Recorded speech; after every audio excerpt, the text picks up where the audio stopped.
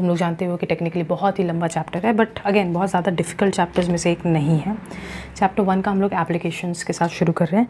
Page number 2 तुम्हारे book का तुम लोग खोल लो, ठीक है। एप्लीकेशन 1 जो दिया हुआ है वो हमको करना है।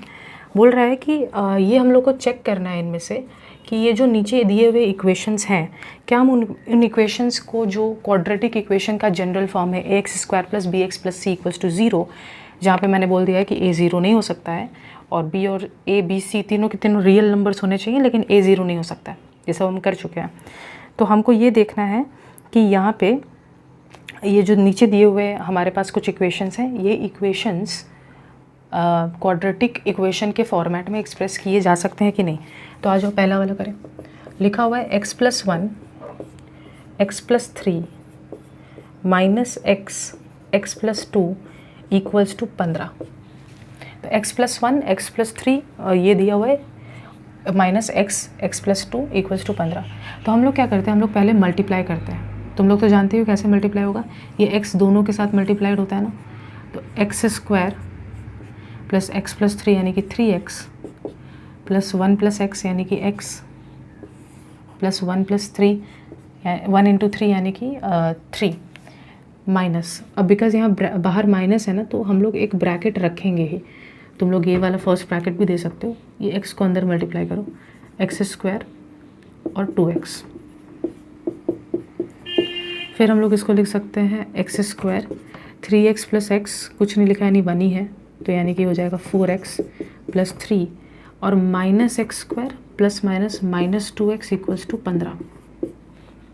अब यहाँ पे क्या देखो, x² और x² कैंसिल हो गया, तो यहाँ पे बचा 4x - 2x यानी कि हो जाएगा 2x, क्योंकि 4 - 2 2 होता है, और 3 = 15। अब मैं आगे लिखूँ या ना लिखूँ कोई फ़र्क नहीं पड़ेगा, क्योंकि यहाँ पे तुम लोग अगर देखोगे, मैं फिर भी एक बार बताती हूँ, इस 15 को अगर हम लोग इस तरफ ले आएँ तो -15 है ना, और यहाँ पे ये तुम्हारा हो जाएगा -12 = 0। यहाँ पे अगर हम लोग 2 को कॉमन ले लें, x - 6 = 0, यानी x - 6, क्योंकि 2 नीचे चला जाएगा तो x - 6 = 0। अब ये ax² + bx के फॉर्मेट में आ ही नहीं पाएगा। क्यों नहीं आ पाएगा? क्योंकि अगर इसी को हम लोग ax² + bx के फॉर्मेट में लिखना चाहें, तो if we express this in ax² + bx + c = 0 इस फॉर्मेट में, तो यहाँ पे बिकॉज x² का कोई टर्म ही नहीं है, इसका मतलब ये है 0 × x², क्योंकि 0 × x² यानी x² का कोई टर्म ही नहीं है। इसको हम लोग लिख सकते हैं 1 × x, क्योंकि ax² यानी x² और बिकॉज x² वाला टर्म ही नहीं है तो 0 से मल्टीप्लाई कर दिया, x है तो उसको 1 से मल्टीप्लाई रखा, और +c होना चाहिए, तो +(-6) = 0। बिकॉज हम लोग का कंडीशन ही होता है कि यहाँ पे a वाला टर्म 0 नहीं हो सकता, बट यहाँ पे 0 हो गया है, therefore this equation can't be expressed in quadratic form. इसको हम लोग क्वाड्रेटिक फॉर्म में एक्सप्रेस नहीं कर पाएंगे, है ना, क्योंकि हम लोग का a वाला टर्म जो है वही 0 हो गया। तो I hope you understood this, क्योंकि हम लोगों ने इसके ऊपर बहुत सारे ऐसे क्वेश्चंस कर चुके हैं। मैं जस्ट अपना कैमरा को थोड़ा सा नीचे रखूँगी, ठीक है। तो इस इक्वेशन को हम लोग नहीं एक्सप्रेस कर सकते हैं क्वाड्रेटिक फॉर्म में। आ जाओ सेकेंड वाला देखें।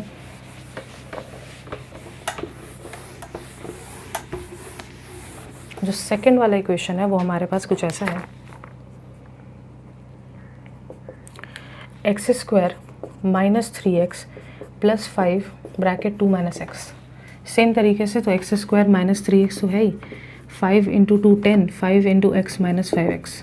-5x को इस तरफ ले आए तो -3x तो पहले से ही था, -5x इस तरफ गया तो +5x = 10, यानी x² -3 + 5 यानी +2 = 10 है। 10 को इस तरफ लाए तो -10 हो जाता है, और इसको अगर हम लोग थोड़ा सा क्वाड्रेटिक फॉर्म में लिखना चाहें,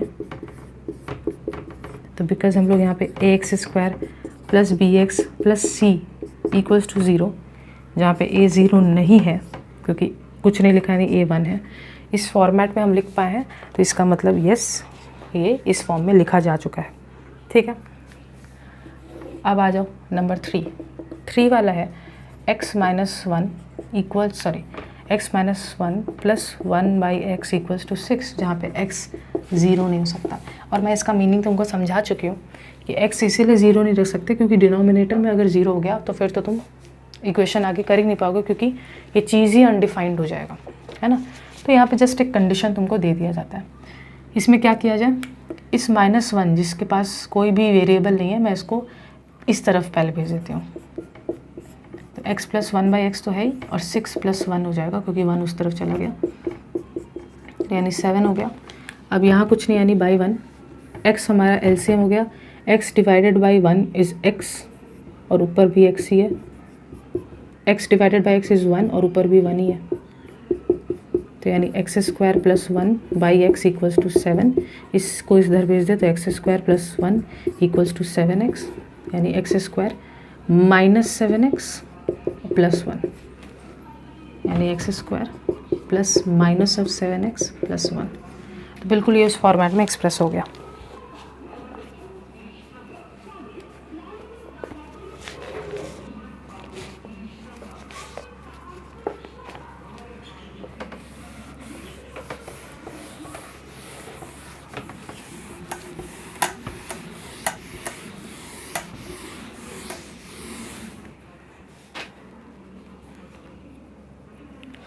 अब आ जाओ क्वेश्चन नंबर 4। क्वेश्चन नंबर 4 बोल रहा है x - 2 का whole square equals to x³ - 4x + 4।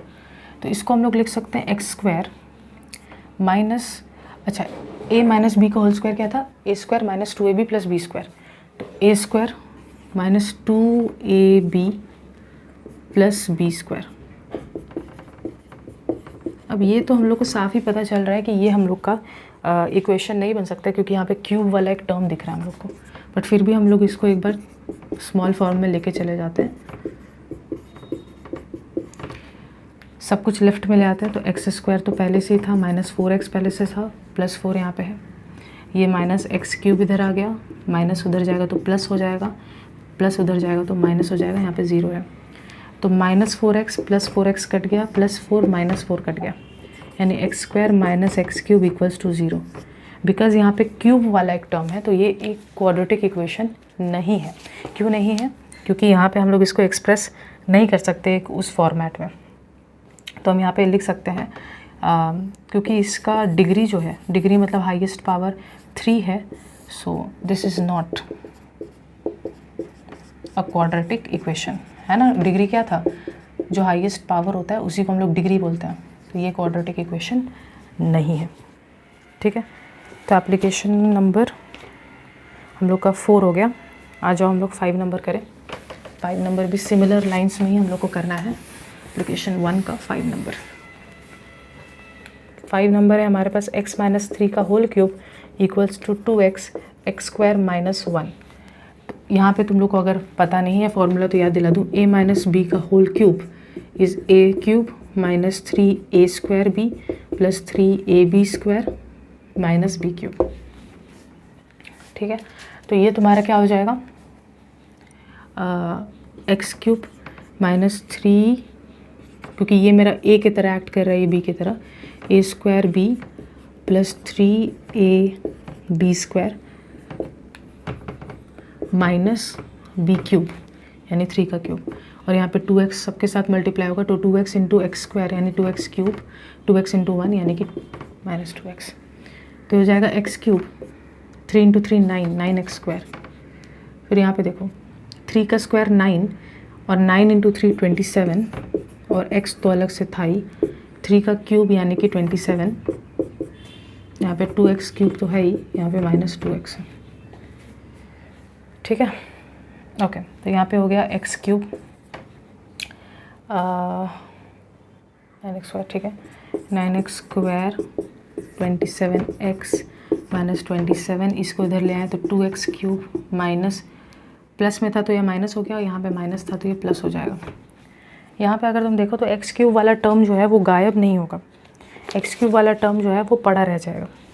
ठीक है, क्योंकि देखो यहाँ पे माइनस करने के बाद भी x³ के आगे 1 है, और यहाँ -2x³ है, तो -1x³ तो बचा ही रह जाएगा, प्लस माइनस माइनस होता है। और 9x², मतलब हाईएस्ट पावर से लोएस्ट पावर की ओर हम लोग जाएंगे, प्लस 27x प्लस 2x यानी कि plus 29x minus 27 equals to 0। Because again इसका डिग्री जो है यानी हाईएस्ट पावर 3 है, तो ये क्वाड्रेटिक इक्वेशन नहीं बन सकता। लिख लेना, ये स्टेटमेंट लिखना है कि क्वाड्रेटिक इक्वेशन नहीं बन सकता। ठीक है, चलो अब हम लोग आ जाएं एप्लीकेशन नंबर 2 की ओर।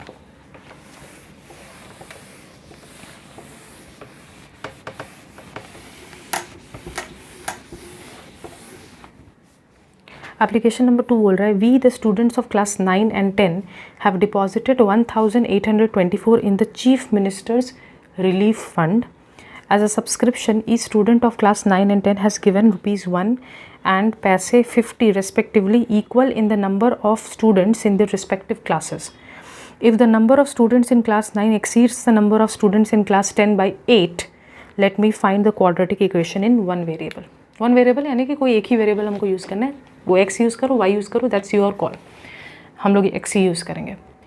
यहाँ पे क्या बोल रहा है कि 2 क्लासेस हैं, मान लो एक है क्लास 9, एक है क्लास 10। क्लास 10 में कितने बच्चे हैं ये नहीं पता, मान लो x नंबर ऑफ़ बच्चे हैं क्लास 10 में। क्लास 9 में जो बच्चे हैं वो क्लास 10 में मौजूद बच्चे से 8 ज़्यादा है। तो यहाँ जैसे लिखा हुआ ना लास्ट स्टेटमेंट में, if the number of students in class 9 exceeds the number of students of class 10 by 8, इसी से पकड़ना होगा कि क्लास 10 में कितने बच्चे हैं ये तो नहीं मालूम, लेकिन क्लास 9 में क्लास 10 के मुकाबले 8 ज़्यादा है। तो किसके मुकाबले, किससे तुम कंपेयर कर रहे हो? 10 से। तो यहाँ पे 10 में कितने बच्चे हैं x नहीं पता, लेकिन क्लास 9 में उस जितने भी नंबर ऑफ़ स्टूडेंट्स हैं उससे 10 ज़्यादा है। इमेजिन करो क्लास 10 में 40 बच्चे हैं, तो क्लास 9 में 8 ज़्यादा है। 40 प्लस 8 48 है। कहने का मतलब यहाँ पे ये है, लेकिन यहाँ क्वेश्चन में तो बोला नहीं है, तो हम मान लेते हैं कि क्लास 10 में x नंबर ऑफ़ स्टूडेंट्स हैं और क्लास 9 में x plus 8 number of students हैं। अब यहाँ क्या बोल रहा है, we the students of class 9 and 10 have deposited 1824 in the chief minister's relief fund. तो चीफ मिनिस्टर के द्वारा कोई फंड होगा, उसमें क्लास 9 और 10 के बच्चे मिल करके टोटल जो जमा किए हैं वो 1824 है। यानी इस क्लास में जितने बच्चे थे हर एक बच्चे ने कुछ कुछ कंट्रीब्यूशन किया होगा, इस क्लास में जितने बच्चे थे हर एक बच्चे ने कुछ कुछ अमाउंट डाला होगा। टोटल जो अमाउंट पहुंचा है चीफ मिनिस्टर के रिलीफ फंड में वह है 1824। क्वेश्चन पूछ रहा है कि अगर सब्सक्रिप्शन के तौर पे, सब्सक्रिप्शन यानी चंदा जिसको बोलते हैं, चंदा के तौर पे अगर हर एक स्टूडेंट क्लास 9 और 10 का ₹1 और 50 पैसे दिया है, यानी क्लास 9 का हर एक बच्चा क्लास 9 का जो रहा उसने ₹1 कंट्रीब्यूट किया है, और हर एक बच्चा क्लास 10 का जो रहा उसने कम कंट्रीब्यूट किया है, मान लो उसने कंट्रीब्यूट किया है सिर्फ 50 पैसे। ठीक है, तो यहाँ पे तुमसे पूछा जा रहा है क्वाड्रेटिक इक्वेशन बना के दिखाओ। दीदी कैसे किया जाए, पहले इस बात को समझना। पहले मैं इस चीज़ को समझाने का कोशिश कर रही हूँ, बोलने का मतलब क्या है। इमेजिन करो एक पल के लिए, इमेजिन करने बोल रही हूँ, एक्चुअल में सब दिया नहीं है। इमेजिन करो क्लास 10 में 40 बच्चे थे, मान लो एक पल के लिए। तो क्लास 9 में कितने हैं, उससे 8 ज़्यादा यानी 48। और अगर क्लास 9 में हर एक स्टूडेंट ने ₹1 जमा किया है, तो 40 बच्चों ने कितना जमा किया होगा? 40 बच्चों ने, क्योंकि हर एक ने ₹1 जमा किया, तो टोटल 40 बच्चों ने कितना जमा किया होगा, कैसे निकालेंगे? ₹1 हर एक बच्चे ने दिया है, टोटल जितने बच्चे हैं। सिमिलरली यहाँ पे क्या बोल रहे हैं, अगर हर एक स्टूडेंट ने, क्लास 9 के हर एक स्टूडेंट ने ₹1 जमा किया है और x प्लस 8 स्टूडेंट्स हैं, x प्लस 8 स्टूडेंट्स हैं, तो यहाँ पे हर एक बच्चे ने ₹1 जमा किया और टोटल नंबर ऑफ़ स्टूडेंट्स कितने हैं उससे मल्टीप्लाई कर देंगे, और 1 से मल्टीप्लाई करके कोई फ़र्क वैसे पड़ता नहीं है, तो ये यही हो जाएगा, है ना। जैसे 40 से मल्टीप्लाई करके कोई फ़र्क पड़ा नहीं, ₹40 हो गया बस, वैसे ही। सिमिलरली x क्लास 10 में कितने बच्चे हैं, x पता नहीं कितने बच्चे हैं, मान लो 40 बच्चे हैं, ठीक है। ओ यहाँ पे क्लास 9 में 48 बच्चे थे, तो क्लास 9 में, I am sorry, her class 9 का बात कर रही हूँ, हर एक स्टूडेंट जो क्लास 9 में था वो 1 रुपया जमा कर रहा है। अगर क्लास 9 में 48 बच्चे हैं तो फिर 48 रुपीज़ जमा होगा। यहाँ पे सेम तरीके से हर एक स्टूडेंट, क्योंकि 48 तो मैंने बोला है, नॉर्मली कैलकुलेशन में ऐसे होना चाहिए।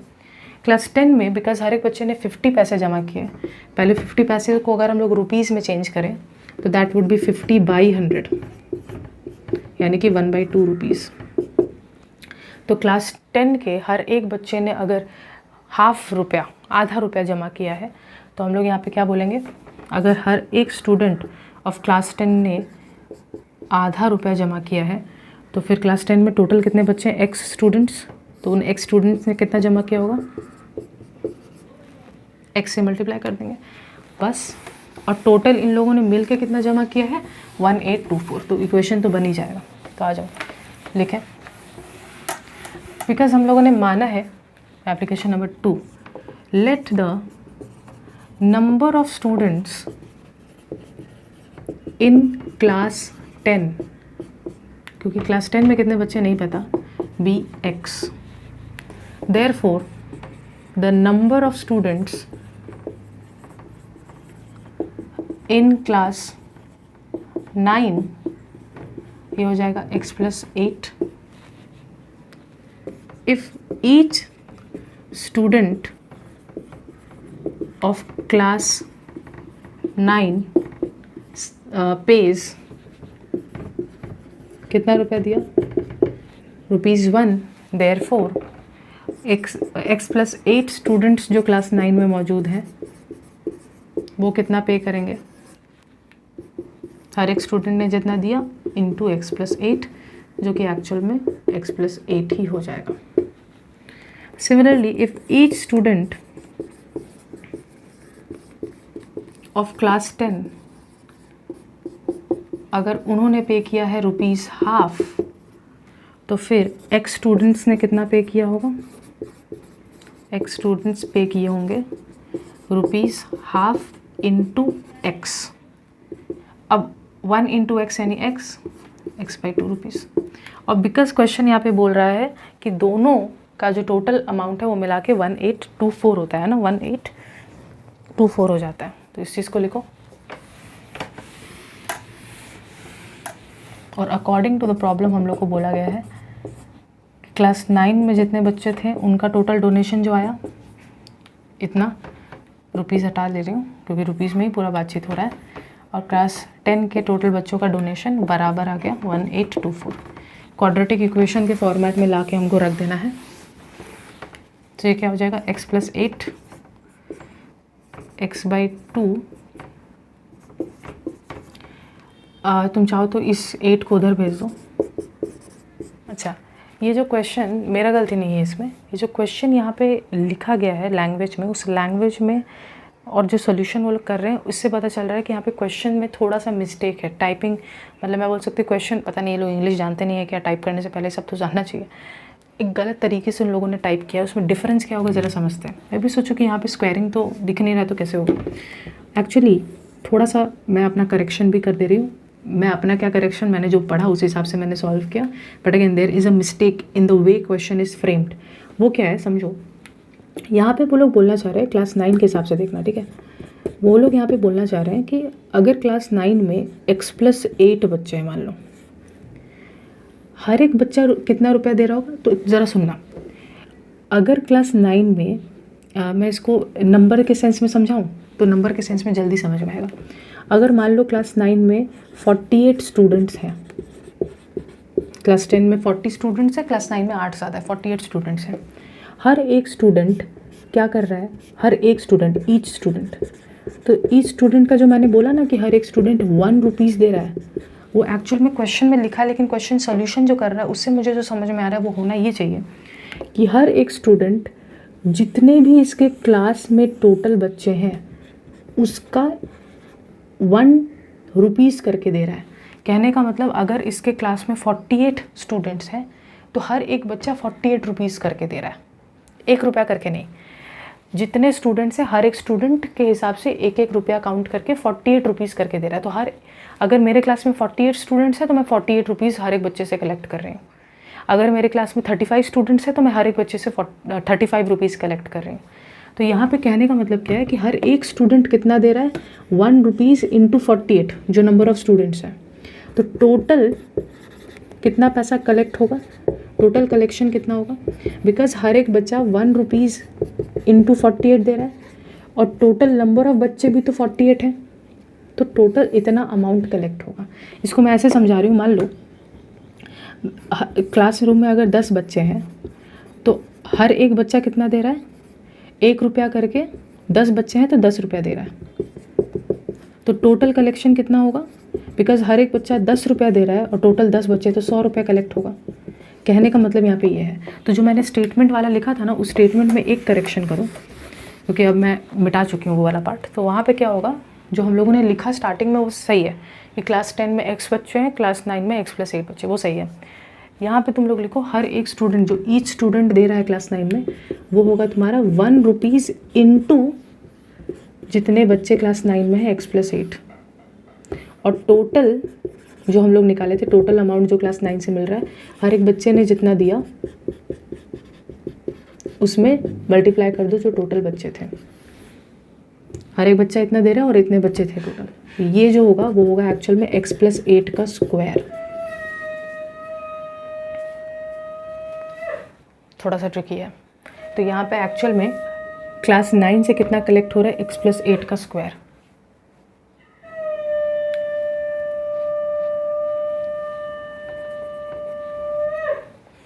तो यहाँ पे एक्चुअल में क्लास 9 से x+8 का स्क्वायर कलेक्ट हो रहा है। बात समझे, क्लास 9 में हर एक बच्चा उतना रुपया दे रहा है जितने उसके क्लास में टोटल बच्चे हैं। उस क्लास में अगर टोटल 48 बच्चे हैं तो हर एक बच्चा 48 रुपीज़ दे रहा है। कैसे मैंने निकाला, हर एक बच्चा 1 रुपीज़ इंटू जितने भी बच्चे हैं, हर एक बच्चा उतना दे रहा है, तो टोटल सारे बच्चों से मिलाकर कितना मिलेगा, टोटल नंबर ऑफ बच्चों से मल्टीप्लाई करना पड़ेगा ये। सिमिलरली क्लास 10 में हर एक बच्चा जितने भी उसके क्लास में नंबर ऑफ़ स्टूडेंट्स हैं उसका 50 पैसे दे रहा है। 50 पैसे यानी आधा रुपया। तो कहने का मतलब अगर क्लास 10 में 40 स्टूडेंट्स हैं तो हर एक बच्चा 40 का आधा दे रहा है। 40 का आधा, 40 का आधा कैसे निकालते हैं, 40 बच्चे हैं उसका 50 पैसे के हिसाब से यानी आधा दे रहा है, 20 रुपया। क्लास 10 में अगर 100 बच्चे हैं तो हर एक बच्चा 100 का आधा 50-50 रुपया करके कंट्रीब्यूट कर रहा है। तो यहाँ पे हर एक स्टूडेंट जो क्लास 10 में कंट्रीब्यूशन कर रहा है वो आधा है ऑफ x, और टोटल कंट्रीब्यूशन कितना आएगा, अगर समझना, अगर क्लास 10 में 40 बच्चे हैं और हर एक बच्चा 40 का आधा करके दे रहा है यानी 20 रुपीज़, तो टोटल कितना कलेक्शन होगा, हर एक बच्चा 20 रुपीज़ दे रहा है। कैसे निकाले, 40 का आधा करके, और टोटल कितने बच्चे हैं, 40 बच्चे ही तो हैं। तो टोटल कलेक्शन कितना होगा, हर एक बच्चा जितना दे रहा है इनटू जो टोटल नंबर ऑफ स्टूडेंट्स यानी x²/2। तो यहाँ पे x²/2 होना चाहिए। तो टोटल क्लास 9 से कलेक्ट हुआ x+8 का स्क्वायर और टोटल क्लास 10 से कलेक्ट हुआ x²/2। अब होगा सॉल्व। तो क्वेश्चन जो है वो रॉन्गली दिया हुआ था, मतलब लैंग्वेज में देखो ना तुम खुद का, अगर तुम्हारा बुक में वही टाइप का प्रिंटिंग होगा तो तुमको समझ में आएगा। तो यहाँ पे अगर हम लोग देखें तो क्या होगा, x² + 2 × a × b + b का स्क्वायर + x²/2 यानी x² + 16x + 64 + x²/2 = 1824। यानी अगर मैं इस तरफ ले आऊँ तो x² + x²/2 + 16x तो है ही, + 64 - 1824, सब कुछ लेफ्ट में लाया बेसिकली, और स्क्वायर वाले टर्म्स इकट्ठे कर लिया। यानी 2 के टेबल में 1 आ गया, 2 बार में 2x² + x², क्योंकि 2 से 2 को डिवाइड किया 1 × x² = x² ओनली, 6x ऐसे ही रहेगा। और अगर हम लोग इसको माइनस करें 1824 में से 64 को माइनस करें 0, 6 1 - 1760, तो ये हो जाएगा तुम्हारा 3x² / 2 16x ठीक है, यानी 3x² पूरा अगर हम लोग एलसीएम ले लें, होल डिवाइडेड बाई 2, 3x², 2 से डिवाइड करेंगे तो ये हो जाएगा तुम्हारा 38x, ये तुम्हारा 176 इंटू 2, 12, 7 2 से 14, 15 और यहाँ 3, 3520 इक्वल्स टू 0। 2 को उस तरफ भेज देंगे,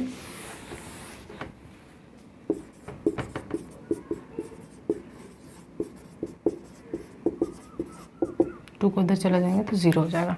तो ये तुम्हारे पास इक्वेशन आ गया है। थोड़ा सा अटपटा दिख सकता है बट दिस इज़ इट। ठीक है, तो थोड़ा सा इसमें देखना। अच्छा, यहाँ पे 16 2s है ना, 32 होगा।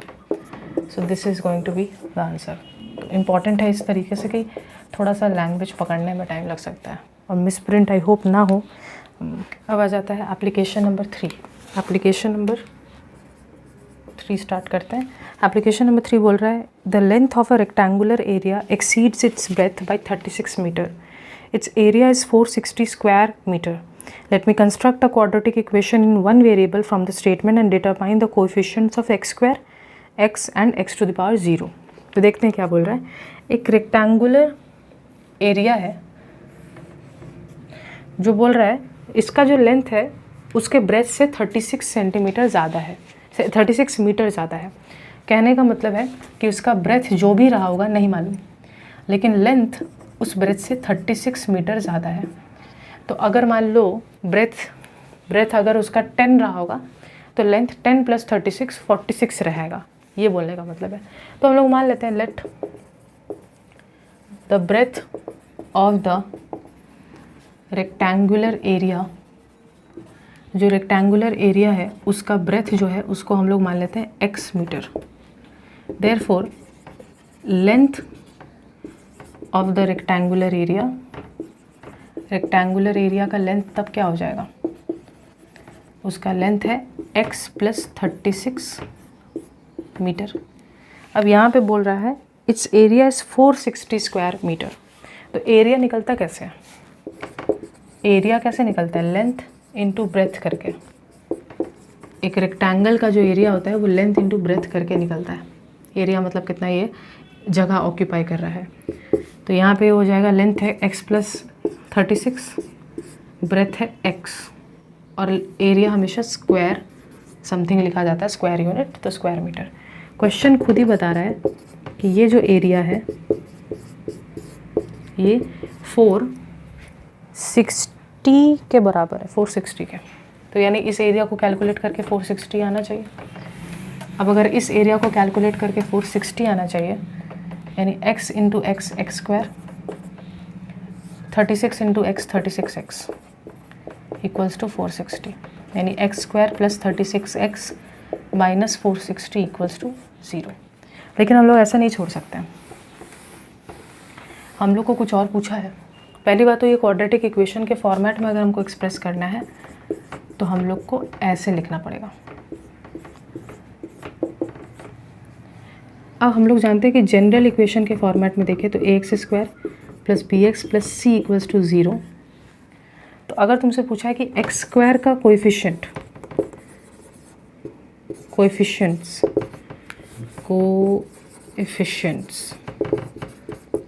तो x² के आगे क्या लगा पड़ा है, x² के आगे कुछ नहीं यानी 1 और साइन भी नहीं यानी +1 में ही है। तो x² का कोएफिशिएंट 1 है। x टू द पावर 1 कुछ नहीं यानी x टू द पावर 1, इसका कोएफिशिएंट क्या है, इसका कोएफिशिएंट है 36। तो x टू द पावर 0 कहाँ है, तो मैंने बार बार बोला है x टू द पावर 0 या कोई भी नंबर जिसका पावर 0 इसका वैल्यू 1 होता है। इसका फ़ायदा क्या हुआ, जहाँ -460 यहाँ दिख रहा है, अगर मैं इसको इंटू 1 ज़बरदस्ती लिख दूँ तो कोई प्रॉब्लम है, अरे भाई एनी नंबर इंटू 1 तो डजेंट मैटर। और फिर हम लोग इसी चीज़ को ऐसे लिख सकते हैं कि इंटू 1 को हम लोग लिख सकते हैं as x to the power 0। 460 into 1 लिख सकते हैं और any 1 can be written as x to the power 0। तो x टू द पावर 0 का जो कोएफिशिएंट है दैट इज़ -460।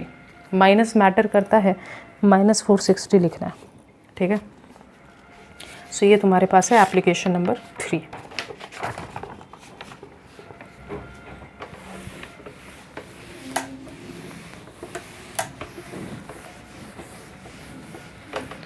अब आ जाता है एप्लीकेशन नंबर 4।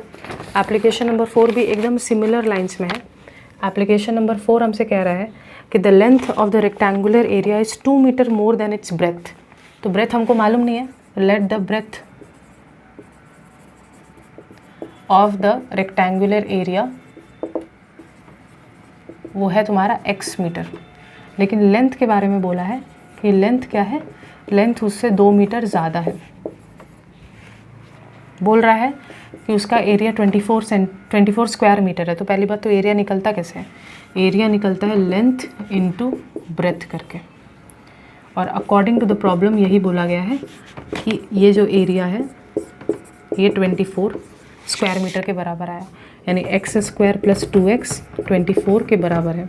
इस 24 को इधर भेज दें, यानी कि x square plus 2x plus minus, यहाँ पे माइनस के फॉर्मेट में लिख सकते हैं। यहाँ पे हम लोगों से सिर्फ क्वाड्रेटिक इक्वेशन बनाने बोला था, जो कि बन गया है ना। कोएफिशिएंट्स पूछता तो एक्स स्क्वायर का कोएफिशिएंट 1 है, एक्स का कोएफिशिएंट 2 है और एक्स टू द पावर 0 का कोएफिशिएंट -24 है। ठीक है, आ जाओ application number 5।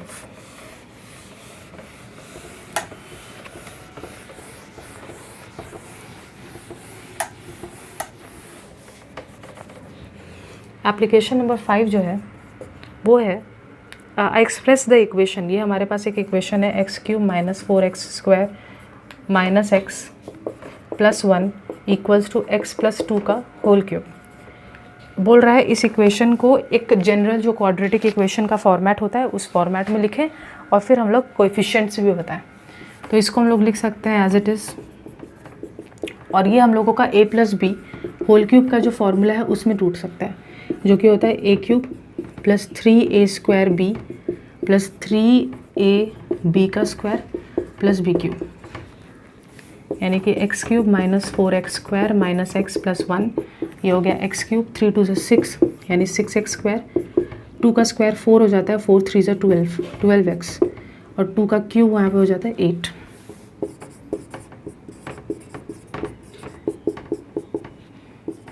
x³ 6x² + 12x, ओ सॉरी मैंने किया ही क्या, मैं इस सब को इस तरफ ले आ रही हूँ, तो इस तरफ ला रही हूँ तो साइन चेंज हो जाएगा, सब माइनस में आ जाएगा, और इस तरफ कुछ नहीं यानी = 0।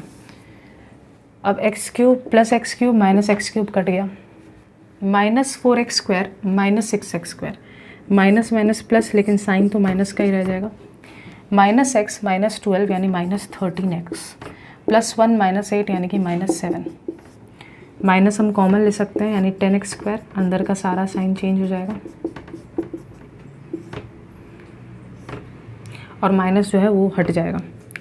तो यहाँ पे अगर हम लोग कोएफिशिएंट का बात करें तो x² का जो कोएफिशिएंट है वो है 10, x का जो कोएफिशिएंट है वो है 13, और 7 का coefficient sorry x to the power 0 जो है वो यहाँ होगा 7 × 1, और 1 को हम लोग लिख सकते हैं x टू द पावर 0। तो x टू द पावर 0 का जो कोएफिशिएंट है वो है 7। So with this we are done.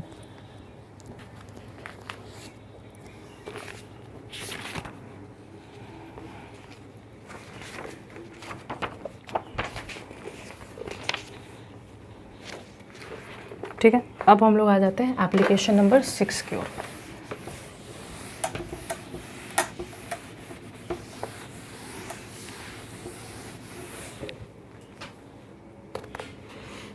Application number 6 हमें क्या बोल रहा है?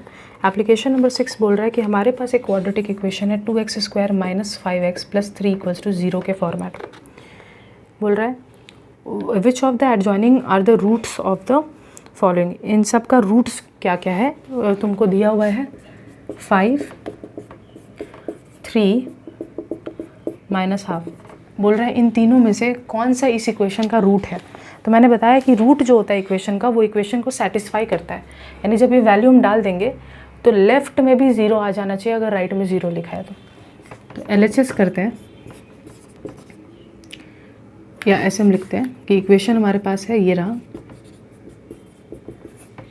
लिखते हैं if 5 is the root of the equation then it must satisfy the equation, then उसको इक्वेशन को सेटिस्फाई करना पड़ेगा।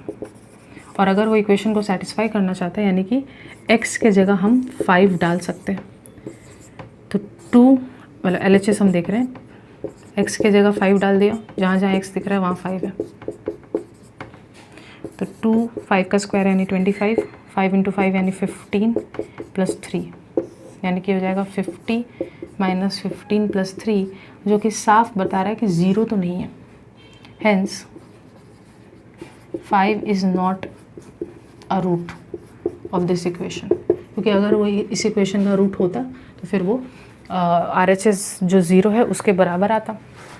सिमिलरली 3 है क्या, अगर अगेन 3 अगर इस इक्वेशन का रूट होगा तो वो सेटिस्फाई करेगा, यानी x के बदले हम लोग 3 डाल सकते हैं।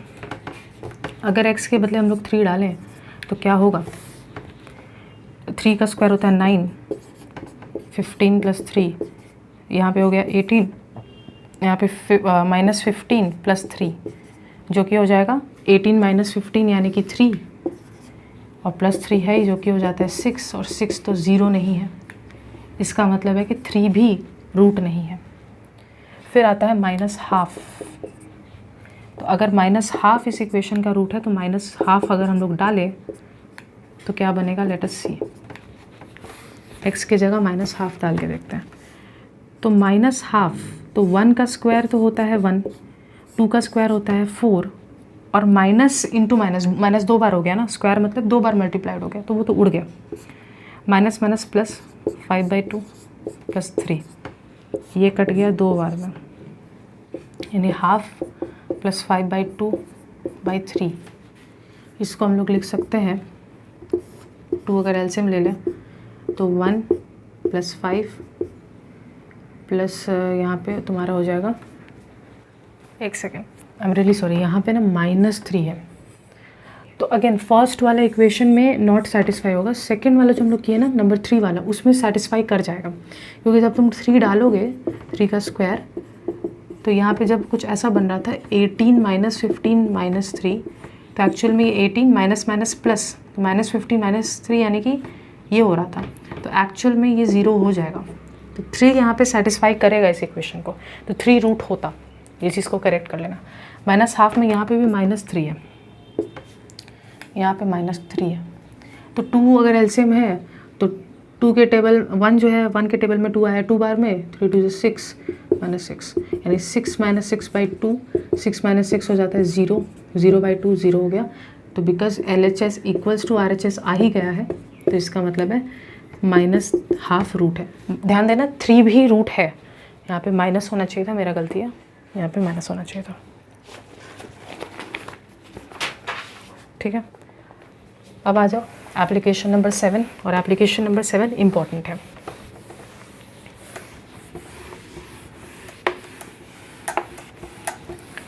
मतलब एप्लीकेशन नंबर 7 एक इम्पॉर्टेंट क्वेश्चन के कैटेगरी से बिलोंग करता है, इम्पॉर्टेंट मतलब 5 स्टार, ठीक है। यहाँ पे बोल रहा है for what value of k 2 will be the root, यहाँ पे बोल रहा है kx² + 2x - 3 = 0। यहाँ पे बोल रहा है k का ऐसा हम क्या वैल्यू लें जिससे कि 2 इसका रूट बन जाए, तो तुम बोलोगे अगर तुम चाहते हो कि 2 इसका रूट बने तो 2 को इस इक्वेशन को सेटिस्फाई करना पड़ेगा। इफ़ 2 इज़ द, एक second,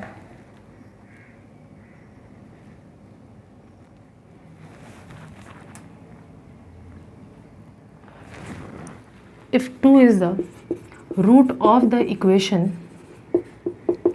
then it must satisfy the equation, तब तो उसको इक्वेशन को सेटिस्फाई करना पड़ेगा, यानी कि x के बदले हम 2 डाल सकते हैं। भाई क्वेश्चन ही बोल रहा है कि 2 अगर इस इक्वेशन का रूट हम बनाना चाहते हैं तो k का कौन सा वैल्यू लेना होगा, तो 2 अगर इस इक्वेशन का रूट है तो 2 को तो इक्वेशन सेटिस्फाई करना पड़ेगा, और 2 अगर इक्वेशन सेटिस्फाई करेगा इसका मतलब है x के बदले हम 2 लिख सकते हैं, तो k इक्वेशन तो सेटिस्फाई करना ही पड़ेगा, तो k 2 का स्क्वायर हो जाता है 4 यानी 4k 4 माइनस 3 यानी 1, यानी k इक्वल्स टू, पहले यहाँ 4 रहने दो, -1 उस तरफ चला गया, k इक्वल्स टू -4, यानी कि k का वैल्यू आपको -1/4 लेना पड़ेगा, जिसके वजह से ये इक्वेशन में 2 रूट हो जाएगा। तो जब भी ऐसा क्वेश्चन आने का चांसेस भी हाई रहता है, जब भी ऐसा क्वेश्चन बोला कि k का ऐसा क्या वैल्यू ले जिससे कि ये रूट हो जाए, तो उसको x के बदले डाल दो, फिर k का वैल्यू अपने आप निकल आएगा। एप्लीकेशन नंबर 8 पे आते हैं। 8 भी एकदम सिमिलर लाइंस का क्वेश्चन है। यहाँ पे बोल रहा है कि हमारे पास एक इक्वेशन है x² + kx + 3 इक्वल्स टू 0। बोल रहा है k का ऐसा क्या वैल्यू ले जिसके लिए 1 इस इक्वेशन का रूट बन जाए। हम लोग लिखते हैं if 1 is the root of the equation then it must satisfy the equation. तब तो उसको इक्वेशन सेटिस्फाई करना पड़ेगा, और अगर वो इक्वेशन सेटिस्फाई करना चाहता है यानी कि x के बदले हम 1 डाल सकते हैं। इसका मतलब है 1 का square plus k into 1 plus 3 equals to 0, यानी 1 का स्क्वायर यानी 1, k इंटू 1 यानी कि k, 3 + 1 यानी कि 4, यानी k का वैल्यू हो गया -4। Easy PG. अब आ जाता है एप्लीकेशन नंबर 9। एप्लीकेशन नंबर 9 पे हमको बोला है फैक्टराइजेशन मेथड का यूज़ करना है। आ जाओ करें। क्वेश्चन है number 1, 6x² - x - 2 equals to 0। तो मैंने क्या बोला था, हमेशा 6 और 2 को मल्टीप्लाई करो। 6 और 2 को हम लोग मल्टीप्लाई करेंगे तो 12 आएगा। 12 को फैक्टराइज करो, ब्रेक करो। तो ये जो तुम्हारे पास फैक्टर्स क्रिएट हुए हैं, इनकी मदद से तुमको सोचना है कि कैसे x के आगे जो लिखा हुआ है 1 वो लाए। तो साफ पता चल रहा है 2 × 2 अगर हम लोग 4 ले लें, उसमें से 3 माइनस कर ले तो 4 - 3 1 होता है, और 4 × 3 करेंगे तो अपने आप 12 भी हो जाता है। तो ये एक सही पेयर होगा। 6x² - 4 - 3 ले लेंगे तो 1 आ जाएगा,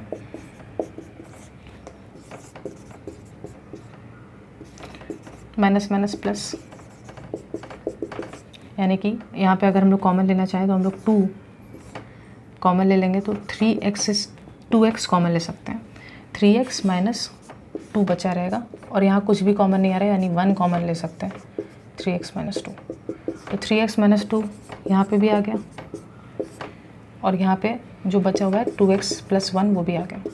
मैंने बताया था दो चीज़ों का प्रोडक्ट तभी 0 हो सकता है जब या तो ये 0 है, यानी 3x - 2 का वैल्यू 0 है, यानी कि 3x = 2 यानी x = 2/3 है, या फिर और 2x + 1 का वैल्यू 0 है, यानी कि 2x का वैल्यू -1 है, यानी x का वैल्यू -1/2। ठीक है, इजी था। क्वेश्चन नंबर 2 पे आ जाते हैं। टिक मार्क तुम लोग कर रहे हो ना, टिक मार्क करना बहुत ज़रूरी है कि हाँ ये सब क्वेश्चन किए हैं, और जो मैं इंपॉर्टेंट बोलती हूँ वहाँ पे इंपॉर्टेंट लिखा करो। 25x² - 20x + 4 equals to 0। क्या बोला था, 25 और 4 को मल्टीप्लाई करो, 100 होता है। फैक्टराइज करो,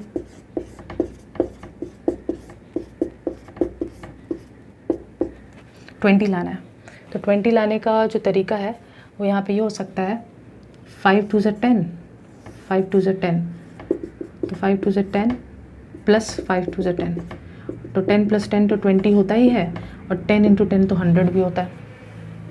25x², यहाँ पे हम लोग लिख सकते हैं 10 + 10, 20 लाने के लिए, यानी 25x² - 10x + -10x + 4 = 0। 5 अगर हम लोग कॉमन ले लें 5x, तो 5x - 2, और यहाँ पे 2 अगर हम लोग कॉमन ले लें तो 5x जो कॉमन है ये कॉमन घसीट लो, 5x - 2, और यहाँ पे भी 5x - 2। दो चीज़ों का प्रोडक्ट तभी 0 होगा जब या तो ये 0 हो या फिर ये हिस्सा 0 हो, यानी या तो 5x का वैल्यू 2 यानी x का वैल्यू 2/5 है, 5x का वैल्यू 2 यानी कि x का वैल्यू 2/5 है। तो यानी x का वैल्यू, यहाँ पे जो रूट्स हैं, जो सोल्यूशन होता है उसी को हम लोग रूट्स बोलते हैं, याद है कि नहीं। यहाँ पे रूट्स है 2/3 या -1/2, और यहाँ पे रूट्स जो हैं, यहाँ रूट्स हैं 2/5, 2/5। दोनों सेम ही रूट हैं लेकिन दोनों बार लिखना 2/5, 2/5 है। देखें एक मिनट, कैमरा में दिख रहा है कि नहीं।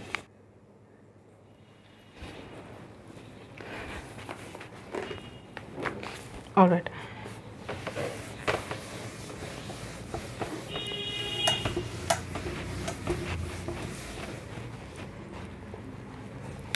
ओके इस वीडियो में हम लोग एप्लीकेशन 11 के साथ शुरुआत करेंगे। एप्लीकेशन 11 है, let us solve the quadratic equation x/3 + 3/x equals to 4 1/4 और तुम लोग को बोल दिया x का वैल्यू 0 नहीं होगा। तुम लोग जानते हो x डिनोमिनेटर में तो 0 कर भी नहीं सकते। पहली बात तो क्वाड्रेटिक इक्वेशन के फॉर्मेट में है ही नहीं, उस फॉर्मेट में हम पहले लेके आएंगे। इसके लिए पहले इस मिक्स फ्रैक्शन को चेंज करना चाहें, 4 × 4 16, 16 + 1 17/4। फिर हम लोग यहाँ पे एलसीएम ले सकते हैं 3x को 3 से डिवाइड किए x और x को x से ही इंटू किए x²। 3x को x से डिवाइड किए 3 × 3 9, क्रॉस मल्टीप्लाई करता है ये वाला चीज़ इधर, x² + 9 था, इसको 4 से मल्टीप्लाई करेंगे और यहाँ पे 17 × 3x, तो ये हो जाएगा 4x², ये हो जाएगा तुम्हारा 36 और ये हो जाएगा 7, मेरे को 17 का टेबल याद नहीं रहता है तो I am really sorry for that, 51।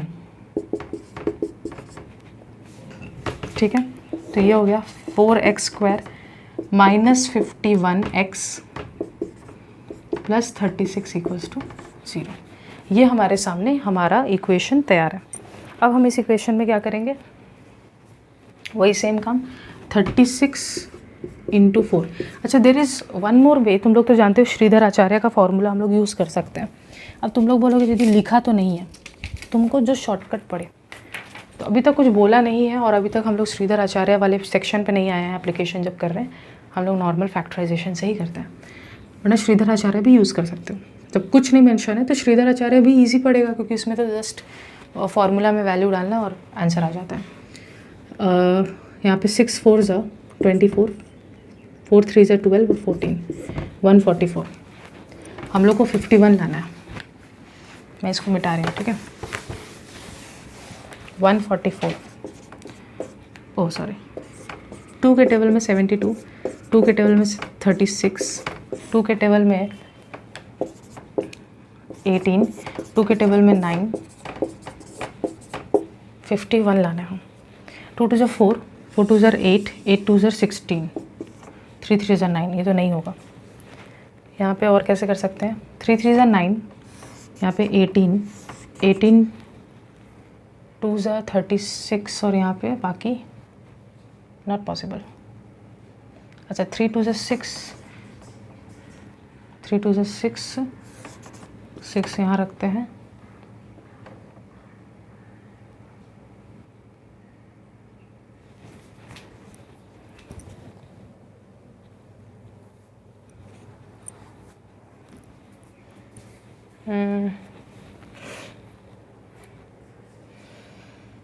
अच्छा 2 2 ज़ा 4, 4 2 ज़ा 8,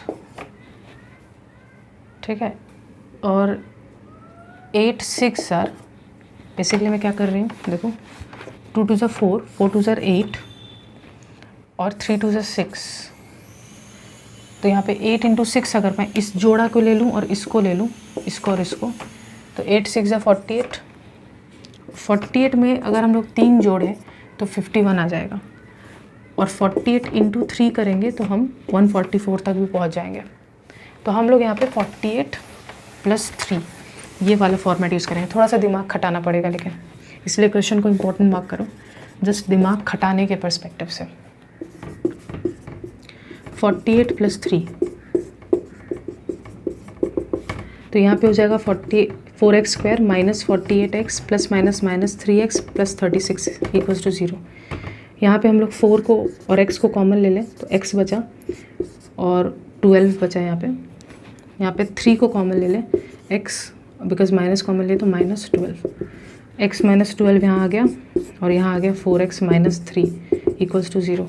अगेन दो चीज़ों का प्रोडक्ट तभी 0 होगा जब या तो x - 12 का वैल्यू 0 हो यानी x का वैल्यू 12 हो, या फिर 4x - 3 का वैल्यू 0 हो यानी 4x का वैल्यू 3 है यानी x का वैल्यू 3/4 है। तो रूट्स जो हमारे पास आ गया है, रूट्स 12 है या फिर 3/4 है। ठीक है, इस क्वेश्चन को देख लो, इम्पॉर्टेंट मार्क करो इस क्वेश्चन को, जस्ट इसका जो फैक्टराइजेशन था उस पर्सपेक्टिव से। ठीक है, चलो एप्लीकेशन नंबर 12 करते हैं। एप्लीकेशन नंबर 12 यूनिक है क्योंकि यहाँ नंबर्स में बातचीत नहीं है, यहाँ अल्फ़ाबेट्स में बातचीत हो रहा है, इसलिए बच्चे और घबरा सकते हैं, बट अगेन प्रैक्टिस हमको करना है ये क्वेश्चन।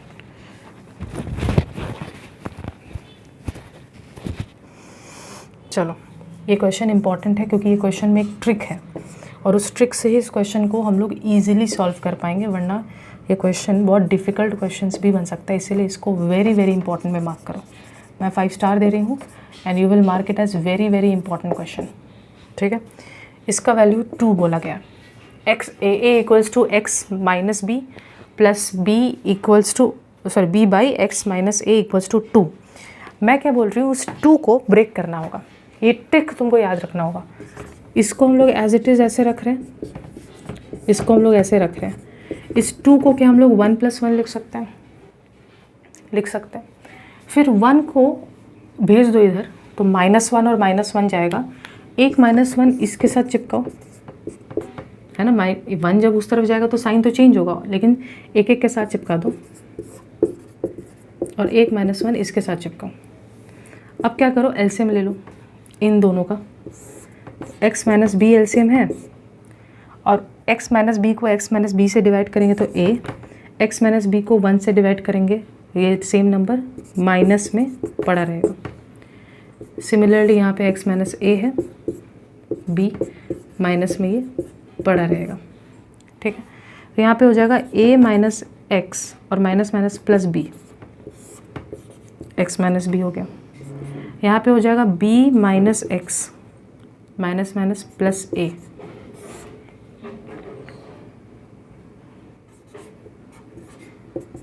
यहाँ तक लिखो। कुछ किया नहीं मैंने, यहाँ पे एलसीएम लिया है बेसिकली। नाउ कैसे एलसीएम लिया भाई, इस पूरे चीज़ का एलसीएम अगर मैं तुमसे बोलूँ, नीचे 2 लिखा है प्लस नीचे 1 लिखा है, तो एलसीएम क्या आएगा 2 को 2 से डिवाइड करोगे तो 1 होगा, और फिर ऊपर वाला जो भी न्यूमरेटर है वो यहाँ लिख दोगे, तो कोई फ़र्क पड़ेगा नहीं, 1 से मल्टीप्लाई करके न्यूमरेटर रिपीट हो जाएगा। 2 को 1 से डिवाइड करोगे पूरा का पूरा 2 ही आ जाएगा अगर, और ऊपर जो नंबर है उसके साथ मल्टीप्लाई करना पड़ता है, साइन ध्यान देना पड़ता है। इसको डिवाइड किए, इससे पूरा का पूरा वो नंबर ही बैठ गया, 1 ही था तो कोई फ़र्क पड़ा नहीं, और साइन बाहर माइनस का है। अब अगर ध्यान से देखो, a और b को साथ में लिखो तो a के आगे क्या है, कुछ नहीं यानी प्लस में, b के आगे क्या है, प्लस में, -x अलग से पड़ा है, x - b। यहाँ पे क्या है, a के आगे भी प्लस है, b के आगे भी प्लस है, तो ये a के आगे प्लस, a को सामने लेकर आ रही हूँ, b के आगे भी प्लस है, -x है, यहाँ पे 0 है। अब यहाँ पे सामने देखो, न्यूमरेटर दोनों में सेम है, तो न्यूमरेटर को मैं कॉमन ले लेती हूँ, सेम था ना, दोनों में से घसीट लिया, तो यहाँ ऊपर बचा x - b, यहाँ बचा x - a, और यहाँ बचा 0। x - b और x - a दोनों का प्रोडक्ट जब इससे डिवाइड होगा तो सिर्फ ये बचेगा, ऊपर 1 है, दोनों का प्रोडक्ट जब इससे डिवाइड होगा तो सिर्फ ये बचेगा।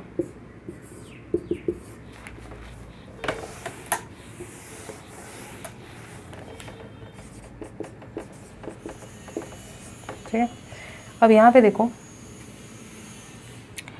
x - a plus x - b, और यहाँ पे है x - b x - a। ये पूरा चीज़ जब उस साइड भेजेंगे, ये पूरा चीज़ जब उस साइड जाएगा तो ये पूरा चीज़ 0 से जब मल्टीप्लाई होगा तो गायब ही हो जाएगा, तो मैं इसको हटा ले रही हूँ। अरे डिनोमिनेटर जब उस साइड भेजेंगे तो गायब ही हो जाएगा,